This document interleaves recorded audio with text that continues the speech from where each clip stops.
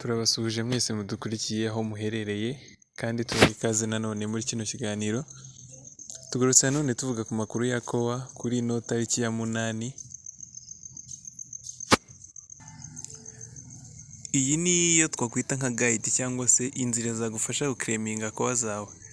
Hari abantu bamwe bagiye babona ama screenshot y'abandi atambuka bagaragaza ko kowa zatanzwe. Mbibutsa yuko ibi ngibi ntabwo ugomba kubikora ukoresheje connection ya VPN. Kuko hari aho usabwa kuza guhitamo igihugu cyawe. Ku bantu bakoresha VPN hari ama VPN amwe n'amwe atari buze gukunda. Ugomba kuba ufite connection imeze neza, cyane ko n'ubundi na metamask isaba connection imeze neza. Hanyuma waba ufite connection imeze neza ukanirinda gukoresha VPN kugira ngo banagaragaze neza igihugu urimo. Kuko baraza guhita baguha pop-up igaragaza igihugu urimo kugira ngo ugihitemo ukomeze utiriwe ugiselectinga cyangwa utiriwe ucyandikamo. Ibyo rero biraza gusaba kuba utarimo gukoresha VPN kugira ngo IP address yawe ize guhita ihura n'igihugu urimo. Icyambere rero kuri notice baravuga ngo ahead of claiming your airdrop, make sure you have added network to your metamask wallet. Uburyo twadingamo kowa network muri metamask twarabigaragaje, ndizera ko waba warabikoze kuko ugomba kuba warabikoze mbere yo gukora ibi ngibi tugiye kuvuga.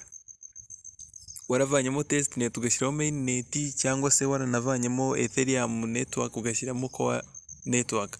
For detailed instructions please refer ushobora kujya hano kugira ngo urebe uburyo wandingamo kowa muri metamask mu gihe utabikoze. Hanyuma turajya muri browser. Once you successfully added the kowa network to your wallet, please head to go official page. Kuri homepage ya kowa.io niho ino website uri buyikure. Link iri muri description, ushobora kuyireba kugira ngo unyureho. Ushobora kuyikopiya cyangwa se bitakunda ukabyandika, ntabwo ari byinshi ku buryo bigoranye. Ukigerayo uraza guhita ugera kuri ino page imeze gutya. Ino page uraza kureba hano hejuru, hari ahantu hejuru handitse airdrop, niho uri buze kunyura. Urabona hano ntago bigaragara cyane ariko kuri telefone yawe niho hagera uraza guhita ubibona handitseho airdrop, niho unyura, ni hejuru iburyo. Numara kuhakora biraza guhita bizana kano gafoto nanone gakurikiyeho. Aha niho ugomba guhitiramo igihugu. Hano hakurikijwe IP address urimo kugaragariraho, igihugu kiraza guhita kishyiramo direct.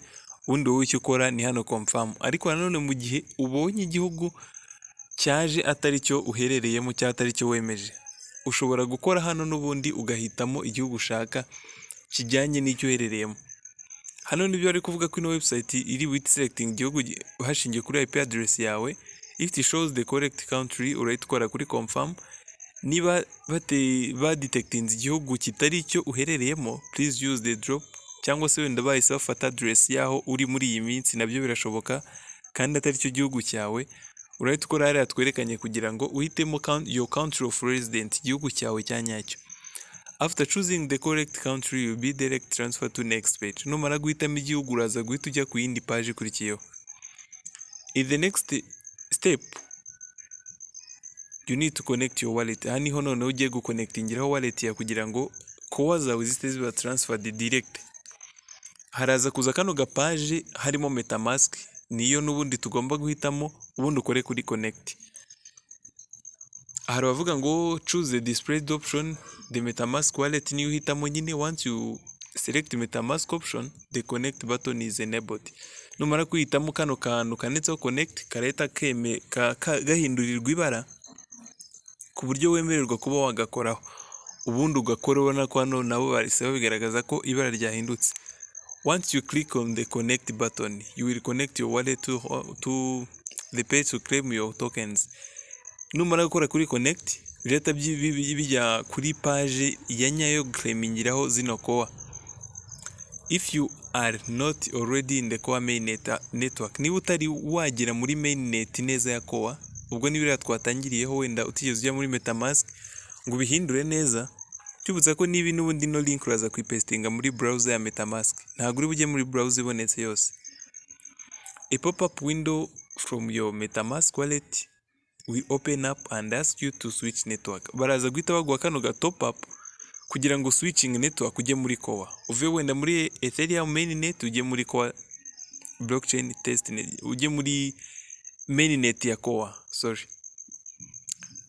uswitching network. Please note that the snapshot are taken in trio. Uraza guhita ukora hano kuri switch network to confirm connecting to Koa mainnet kugira ngo ujye muri Koa mainnet. If you are already connected to Koa mainnet, niba wari usanzwe uri muri Koa mainnet, ibi byo ntabwo biri buze. You only have to confirm connecting to the site by pressing connect. Uraza guhita ukora kuri connect, wikomereze nta kindi ibyo byo guselectinga batabigushyizemo. Hanyuma nyuma yaho rero, after that you should jump directly to the view of the vesting schedule. Uraza guhita ugera hano bakwereka neza byose. Twibuke ko batubwiye ko bazaduha 25% bya Koa wamayininze, bitwabivuzeho. Hanyuma izindi sigaye 75% bazajya bagenda baduha nkeya buri kwezi. Ibi nibyo barimo kukwereka hano. Total remaining to invest nizo baraba bagusigaraniye. Hanyuma izi 25 ziri hano, ubwo ni kuri available now to claim, nizo ushobora guclaiminga cyangwa kwakira. Nizo za 25%. Numara kuzibona ko ari byo, na wallet yawe hano ugomba kureba ko ariyo koko washyizemo hano hejuru. Ibi turi kwerekana hano ku mafoto y'undi nibyo uri bubone. Ino ni guide yatanzwe na Koa team. Hanyuma urahita ukora kuri claim. Baravuga ngo please make sure the wallet address displayed is same. Ugomba kumakinga sure ko iyo wallet yatanzwe ari imwe niyo washyize muri Satoshi app. Bino tumaze iminsi dukora. You will see your total amount of Koa as well as the amount that is available to claim. Uraza guhita ubona Koa zose ufite ndetse nizo wemerewe kuba wa claiming. Ubundi kuri claim ukomeza. Hano barahita bakwereka ibingibi biri hano. Bakwereke gas fee. Iyi gas fee twibuke ko bayiduhaye mbere yuko dukora bino byose. Hano nibyo bakomeje bavuga ngo every user will get up to 0.1 Koa sent to their wallet ahead of enabling this airdrop to cover the gas fee. Bagiye batanga 0.1 Koa. Izi Koa ni gas fee, nizo kugira ngo ino transaction ize gukunda, kuko urabona ko isaba gas fee.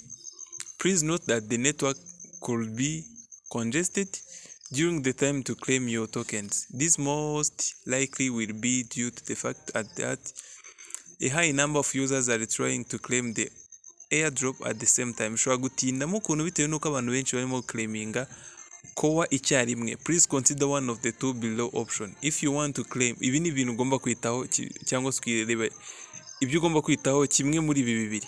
If you want to claim transaction to be confirmed sooner, you might raise your gas price. Kugira ngo katubanze some n'icya kabiri. If you want to avoid high gas fee, try to claim your airdrop at less busy time. Utu ni utuntu ugomba kwitaho kamwe byibura muri two. Hani cyambere bakubwira ko niba ukeneye claiminga Koa zawe byihuse kugira ngo transaction ite yihuta vuba, ugomba kuzamura gas price yawe.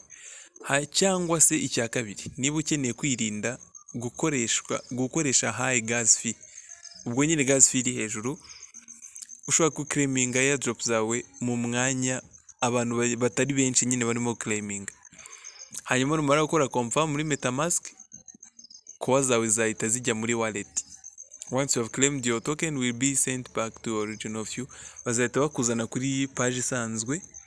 If you click on the airdrop option once more, you will be able to see date and on which you will be able to claim the next batch. Bazakwereka igihe ushobora kwongera guclaimingira noneho. Izi zari guides z'uburyo ushobora guclaiminga Koa zawe.